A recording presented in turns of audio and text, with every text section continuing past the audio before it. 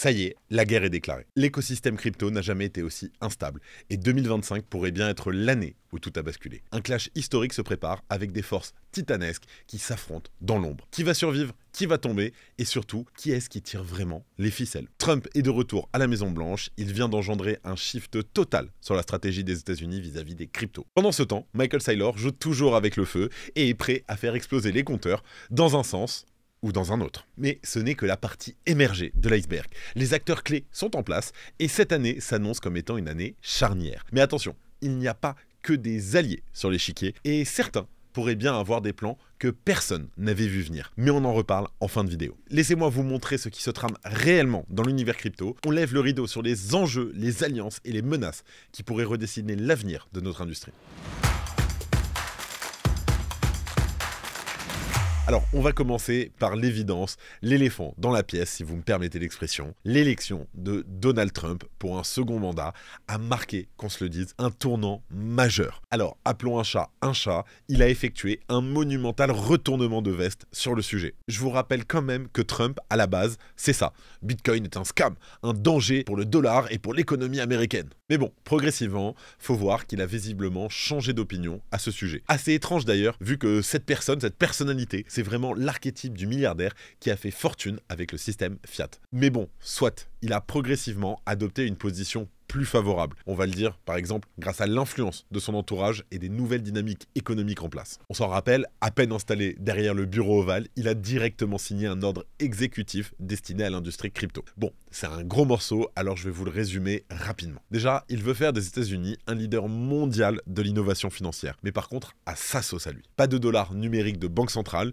une protection stricte de l'accès aux blockchains publiques, mais surtout un cadre réglementaire allégé pour attirer les investisseurs. En gros, il veut que le marché crypto se développe librement sans que le gouvernement ou la réserve fédérale ne mettent trop leur nez dedans. Alors, le décret, il a mis un coup de pied dans ce qui avait été mis en place par l'administration précédente et en fait, il s'attache à créer une régulation considérée comme plus adaptée. Alors, il y a un gros accent qui est mis sur les stablecoins adossés au dollar, plutôt d'ailleurs qu'une CBDC contrôlée par l'État. Et il se montre enthousiaste envers la finance décentralisée, la fameuse DeFi. Et puis, au-delà de ces décrets, il a aussi fait sauter le fameux SAB 121. En fait, c'est un décret qui empêchait les institutions financières, au plus grand des hasards, les banques, de détenir du Bitcoin et des cryptos en tant que dépositaires. En français, en fait, ça veut dire que maintenant, c'est beaucoup plus simple pour les banques américaines de détenir des cryptos, mais aussi de proposer des services en rapport avec notre industrie. Alors, si ça se trouve, les Américains pourront bientôt se servir de leur Bitcoin, comme par exemple collatéral pour contracter des prêts. Bref, en gros, vous avez compris, Trump, il a posé les bases d'un gros boom pour les cryptos aux États-Unis. Et en fait, c'est pas plus mal. Du moins, ça nous permet de respirer. Mais pour pouvoir profiter de l'influence de Donald Trump sur les cryptos, il va mieux falloir s'appuyer sur les bonnes applications. Et justement, en parlant de ça, je vous présente Wiggle, le sponsor de cette vidéo, qui s'impose en fait comme une option incontournable. Alors Wiggle, c'est l'application qui va révolutionner la gestion de vos finances en combinant un compte classique et des services crypto de pointe. Avec Wiggle, plus de prise de tête. Vous avez un IBAN français, une carte de paiement utilisable partout, en ligne comme en magasin, et surtout la possibilité de gérer vos cryptos préférés. Que ce soit pour recevoir votre salaire ou faire des achats, et tout va se gérer simplement grâce à Wiggle. Et tout ça au même endroit. Et oui, évidemment, Wiggle vous offre toutes les garanties d'Impsan et est même enregistré auprès de l'AMF. L'inscription est ultra rapide et en plus, c'est gratuit. En tout cas, le lien est en description. N'hésitez pas à tester et à nous faire vos retours. Merci à tous et merci à Wiggle. Évidemment, il n'y a pas que Trump dans l'histoire. Il a nommé aussi plusieurs figures pro-crypto à des postes clés. On va notamment penser à Paul Atkins. Cette personne, alors en fait, c'est pas n'importe qui. C'est un avocat et un entrepreneur américain qui lui est spécialisé dans la finance et la régulation. Il a par exemple été à la tête de la SEC sous George W. Bush et a ensuite fondé Potomac Global Partners, un cabinet de conseil travaillant avec des banques mais aussi des entreprises crypto. Il est engagé dans la promotion des actifs numériques. Il a d'ailleurs rejoint en 2020 The Digital Chamber, un groupe de lobbying pro-crypto. Il est connu comme étant un critique de la politique répressive de la SEC sous Gary Gensler. C'est une personne qui a l'habitude des salles de marché et qui a aussi beaucoup d'expérience dans la finance traditionnelle. Et c'est lui qui va reprendre les rênes de la SEC justement. Alors, à voir ce que tout ça peut donner, je pense qu'on est plutôt bien. Bon alors ce n'est pas les seules personnalités à entrer au gouvernement américain qui pourraient grandement influencer notre écosystème. Et je pense que vous vous en doutez d'ailleurs. Par exemple, on a le rôle de J.D. Vance, le vice-président des États-Unis, et qui est un fervent défenseur de l'innovation financière qui s'avère tout aussi crucial. Alors, ancien sénateur républicain de l'Ohio, et donc maintenant devenu vice-président des États-Unis, il a adopté une position résolument pro-crypto à bien des égards. On l'a vu dans des événements il y a des années déjà. D'abord, il détient personnellement entre 2500 et 500 000 $ en Bitcoin au moment de sa déclaration. Et au-delà du fait que ce soit un hodler,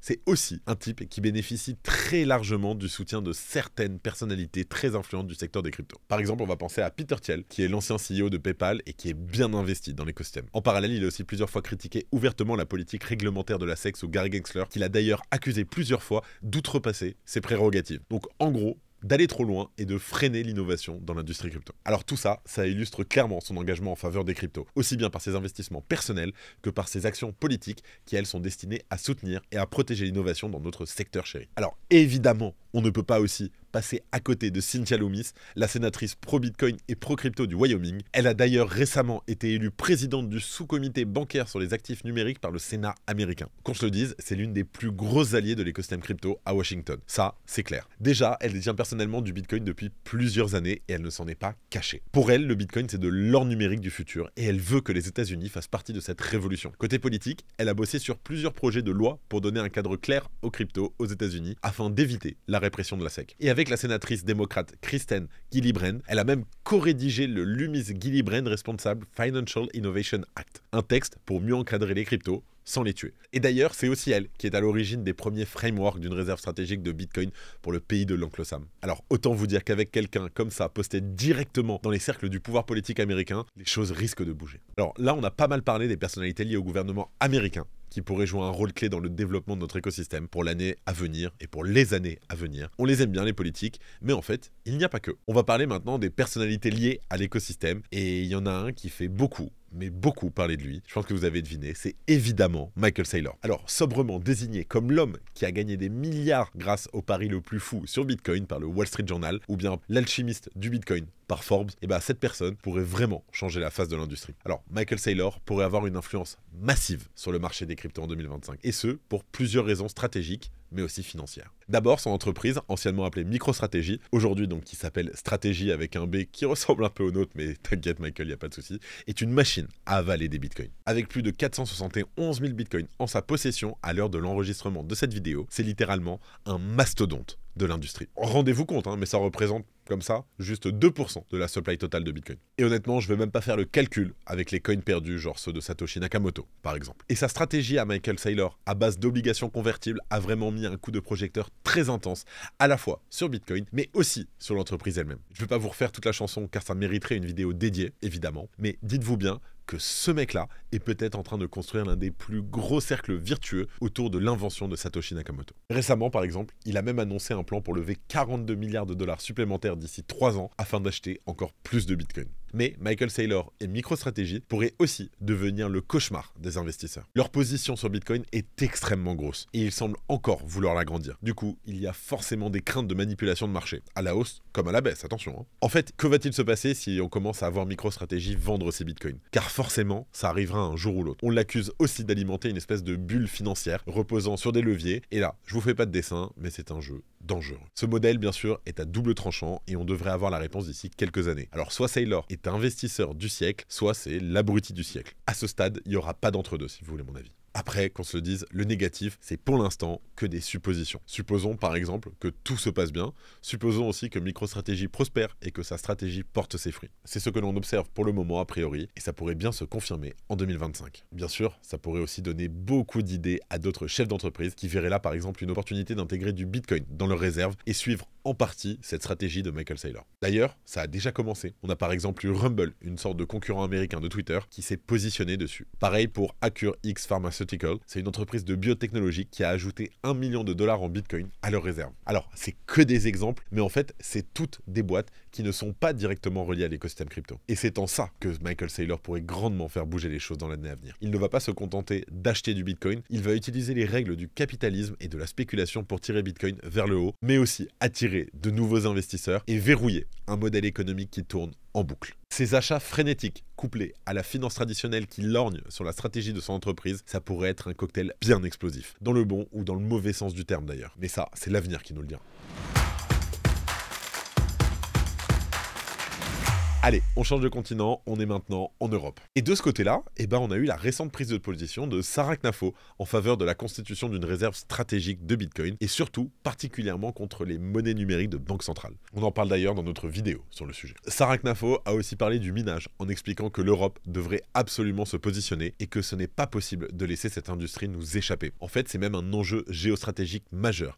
Et ça, je pense qu'elle l'a compris. Et alors, Sarah Knafo, en plus, ce n'est pas n'importe qui. C'est la députée européenne de Reconquête, le parti politique d'extrême droite français. Alors, évidemment, un tel discours pro-crypto devant le Parlement européen et maintenant d'un parti qui est considéré d'extrême droite et largement minoritaire, ça laisse un peu songeur. On ne va pas faire de politique ici, mais on va plutôt regarder objectivement ce que ça apporte. Déjà, il faut l'avouer, elle a lancé un pavé dans la mare ce jour-là. Ça a été l'occasion de mettre Bitcoin et la crypto sur la table et surtout de mettre en lumière le retard qu'est en train de prendre l'Europe sur ses voisins américains. Alors quoi qu'on en pense, cette prise de position pourrait bien faire bouger les choses au niveau européen pour notre industrie. Mais bon, avec tous les anti-crypto qu'on a en Europe, faut pas trop se leurrer non plus. Ce n'est pas demain la veille qu'on va voir notre cher vieux continent se mettre à la page concernant notre industrie. Mais qu'on se le dise, l'espoir est permis et les choses avancent. Alors à voir. Bon, comme d'habitude, il se passe plein de choses du côté des États-Unis et en Europe, faire bouger les choses, c'est un peu plus lent. Mais il faudrait pas trop vite oublier nos voisins asiatiques non plus. Alors, il y a plusieurs personnalités qui pourraient d'ailleurs grandement influencer l'écosystème.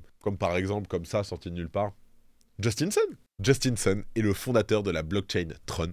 Pour situer, c'est l'une des personnalités les plus connues de l'écosystème crypto. L'année dernière, par exemple, il a activement contribué à bâtir World Liberty Financial, la plateforme de DeFi sponsorisée par Trump et ses fils. Il a investi près de 30 millions de dollars et a même été nommé conseiller pour la mise en place et le développement du projet. Il a d'ailleurs aussi annoncé que les équipes de Tron travaillaient à rendre possible le transfert de stablecoins sans frais. Et avec Trump qui veut pousser l'utilisation des stablecoins et Justin Sun qui se trouve être dans les petits papiers du nouveau président américain, peut-être qu'on tient un truc. Ça pourrait rendre par exemple la blockchain vraiment très attractive, particulièrement face à des concurrents comme Ethereum. D'ailleurs, il n'y a pas si longtemps que ça, Sun a partagé, à qui voulait bien l'entendre, sa position sur la deuxième blockchain du marché. Il a lâché un plan explosif pour propulser Ethereum à 10 000 $. Et autant dire qu'il ne fait pas dans la dentelle. Son idée, reprendre les rênes de la fondation Ethereum et appliquer des mesures radicales pour rendre l'Ether plus rare, plus cher et plus attractif. D'abord, il voulait stopper totalement la vente d'ETH par la fondation pendant 3 ans. Et pour financer les coûts opérationnels, il a proposé d'utiliser les prêts via AAV, le staking et les emprunts en stablecoin, histoire d'éviter toute pression vendeuse sur l'Ether. Ensuite, il voulait aussi taxer massivement les Layer 2 pour générer jusqu'à 5 milliards de dollars par an. Et en fait, utiliser cet argent uniquement pour brûler et racheter de l'Ether afin d'accentuer sa rareté. Mais ce n'est pas tout. Il propose aussi de réduire drastiquement la taille de la fondation Ethereum en ne gardant que les meilleurs avec des salaires boostés pour maximiser l'efficacité. Enfin, il veut réduire les récompenses des validateurs et accélérer le burn des frais de transaction, histoire de renforcer le caractère déflationniste d'Ether. Selon lui, avec ce plan, Ethereum atteindrait 4 500 $ en une semaine et poserait les bases pour atteindre les 10 000 $. C'est ambitieux, hein? Et comme par hasard, ça arrive pile au moment où des doutes infusent autour de la fondation Ethereum. Et là, justement, c'est l'occasion pour moi d'embrayer sur Vitalik Buterin et sur Ethereum de manière plus général. Alors lui aussi est une figure de l'écosystème qui pourrait grandement influencer notre industrie dans les mois à venir. Il a d'ailleurs récemment publié un article sur son site personnel pour partager ses perspectives et ses ambitions pour l'année à venir. Ethereum a toujours les mêmes aspirations. Être une plateforme ouverte,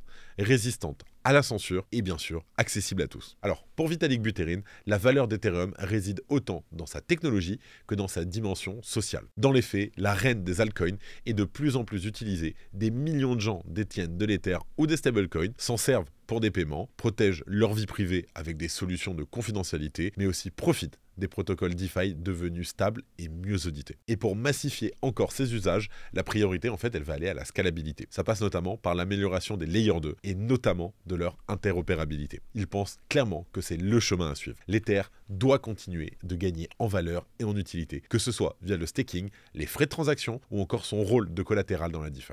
D'ailleurs, toutes ces évolutions visent à préserver la décentralisation, la sécurité et la liberté d'innovation. En gros, ils voient un avenir radieux pour Ethereum et c'est bien normal, vous me direz. Le truc, c'est que ça devrait s'accélérer, en témoigne d'ailleurs la fondation d'Etherealize. En fait, c'est une sorte de bras institutionnel du réseau visant à amener des classes d'actifs entières sur la blockchain. L'idée, ça va être de rendre Ethereum attractif pour la grosse finance et surtout faire du pied à Wall Street, un peu comme une branche marketing soutenue par la fondation et par Vitalik lui-même. Alors, quoi qu'on en dise ou quoi qu'on en pense, même si Ethereum reste relativement décentralisé, les décisions de Vitalik ont encore un énorme impact sur le développement du projet. Et c'est normal. D'ailleurs, cette année, Ethereum pourrait regagner ses lettres de noblesse si les ambitions sont atteintes, et un Ethereum qui évolue, c'est surtout un marché crypto qui bouge aussi. Alors forcément, entre les projets qui sont greffés directement à la blockchain et ceux qui veulent la concurrencer, dès que la reine des altcoins bouge un orteil, tout le monde s'agite. Évidemment, il va falloir surveiller ça de près parce qu'on va peut-être assister au fameux réveil du géant.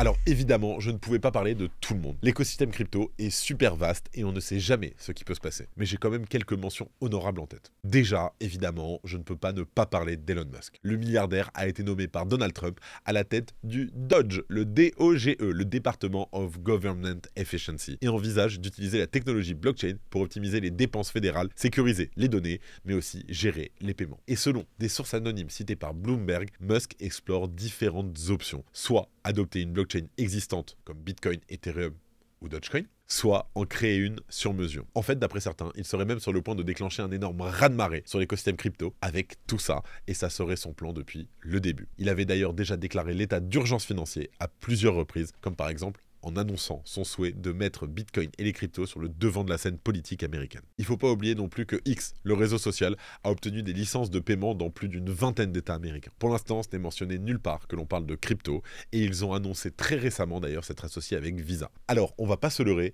que ce soit Musk ou Visa, les deux sont très au courant de l'existence et du fonctionnement des cryptos, et particulièrement de leur enjeu. Ils savent probablement qu'ils vont devoir s'y frotter un jour ou l'autre. Avec tout ce qui est en train de se mettre en place, c'est plus que probable que ça soit une façon de tracer le chemin à une adoption de grande échelle pour notre industrie. Puis bon, faut pas oublier aussi, mais aujourd'hui Tesla possède qu'encore quasiment 10 000 bitcoins, et rien que ça a contribué à gonfler leur earning du 4e trimestre. Tesla reste la 6e plus grosse entité connue à détenir du bitcoin. Donc nul doute que même s'il reste silencieux sur le sujet, Musk est très au courant de ce qu'il est en train de faire. En tout cas, on verra bien ce que ça donne pour l'année à venir et s'il fait quelque chose avec tout ça. Mention spéciale aussi naturellement à Nayib Bukele, le président du Salvador. Alors fin 2021, il a annoncé que son pays allait acheter du Bitcoin et en faire une monnaie légale. Un an après, il se retrouve à acheter un Bitcoin par jour. Et cette stratégie a fini par payer avec quasiment 300 millions de dollars de profit au moment où on enregistre cette vidéo. Alors, ça ne paraît rien dit comme ça, mais si on met ça en perspective avec la taille du Salvador, c'est vraiment énorme. Et il faut voir aussi le coup de projecteur que cela a mis sur le pays. Ils ont même obtenu un prêt d'1,4 milliard de dollars de la part du FMI. Pour la petite histoire, ce prêt,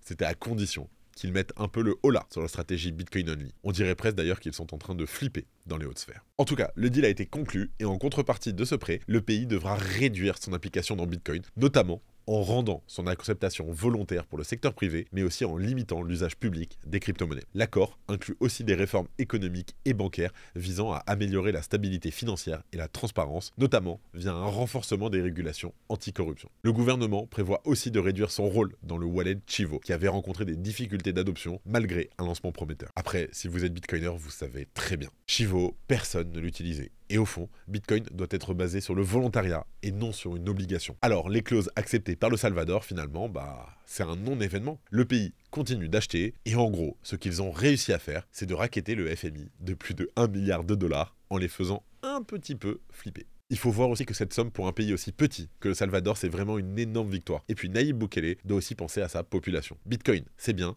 mais un tel deal, ça ne se refuse pas. Enfin bref, Nayib Bukele est devenu avec une seule décision l'un des hommes politiques les plus suivis de l'écosystème. Et nul doute que ses faits et gestes sont scrutés attentivement par la communauté internationale. Au fond, tout le monde a envie de savoir à quoi ça ressemble une adoption étatique de l'invention de Satoshi Nakamoto. Bon alors là, on commence à avoir fait un bon tour d'horizon. Après les mentions honorables, on va aussi se faire un petit peu plaisir, avec notamment un mur de la honte, des gens qui ne vont pas influencer le marché crypto, du moins pas dans le bon sens. Laissez-moi vous présenter la numéro 1, le top du top, celle qui est le plus haut, Christine Lagarde, présidente de la Banque Centrale Européenne. Levez la main pour Christine là. Christine. Bon alors, on connaît bien toutes ces sorties médiatiques sur Bitcoin. Et les cryptos, c'est un scam, ça sert le blanchiment d'argent, le terrorisme, bref, on connaît la chanson. Récemment encore, elle se disait confiante dans le fait que Bitcoin ne termine jamais dans les réserves des pays de l'Europe. Et c'est drôle parce que c'est le moment exact qu'a choisi le gouverneur de la Banque nationale tchèque pour annoncer un plan d'achat Bitcoin massif de près de 7 milliards de dollars par l'État. Alors, ce n'est pas encore acté et le débat est animé, mais on peut vous le dire, ça n'a plu à personne à la BCE. Après, il faut bien se dire que les Tchèques, bien qu'européens, ne sont pas dans la zone euro. Ils ont leur propre monnaie et conservent une certaine souveraineté vis-à-vis de ça. Mais bon, le pied de nez, on le prend, il est quand même marrant. Je sais pas si vous vous souvenez, mais ça fait d'ailleurs un peu écho au prince Philippe de Serbie qui déclarait que des plans de réserve stratégique de Bitcoin étaient déjà en cours, dans l'ombre. Et justement, si ça se trouve, plusieurs pays européens ont déjà ce genre d'initiative sur les rails et Lagarde pourrait très bien continuer d'essayer de bloquer tout ça. And then, they fight you, après tout, si vous avez la ref. On va aussi mentionner Melania Trump et son meme coin, et même son mari, d'ailleurs. Nice try, mais bon, pas sûr que ça aide à crédibiliser notre industrie. Tout ce qu'on vient de voir montre à quel point 2025 pourrait être une année charnière pour l'écosystème crypto. Que ce soit du côté politique avec Trump et son administration pro-crypto, du côté des institutions avec l'assouplissement des régulations aux États-Unis, ou encore du côté des investisseurs privés avec un Michael Saylor qui continue d'avaler du Bitcoin à l'appel, et bah tout ça, ça a l'air de s'accélérer. La guerre n'est pas gagnée. Pour autant, l'Europe traîne des pieds, la Chine reste imprévisible, et même aux États-Unis, il suffit d'un retournement de situation pour que l'enthousiasme retombe. Mais ce qui est sûr, c'est que la crypto n'a jamais été autant au cœur des débats. On assiste à une mutation profonde du système financier mondial. Et dans tous les cas, vous pouvez être fier d'en faire partie. Je pense que vous savez ce qu'on dit. Avec les puissants de ce monde, ne regardez pas ce qu'ils disent, regardez plutôt ce qu'ils font. Et ce qu'ils font, bah c'est plutôt clair. La grosse finance vient de sauter à pieds joints dans l'écosystème crypto. Et même la politique commence à s'y mettre. Alors, est-ce que 2025 va confirmer cette place? Difficile à dire, mais au moins vous avez eu un petit aperçu des personnalités qui pourraient être au cœur de certains gros changements pour le futur de notre industrie. Bien entendu, de mon côté et de celui du Crypto Daily, on va continuer à observer et à vous offrir l'information la plus qualitative possible. Alors venez suivre tout ça de près avec nous. Si cette vidéo vous a plu, je vous laisse vous abonner, mettre un petit like. N'oubliez pas d'activer la cloche pour ne pas rater les prochaines vidéos. C'était Benjamin pour le Crypto Daily et moi je vous dis à très vite.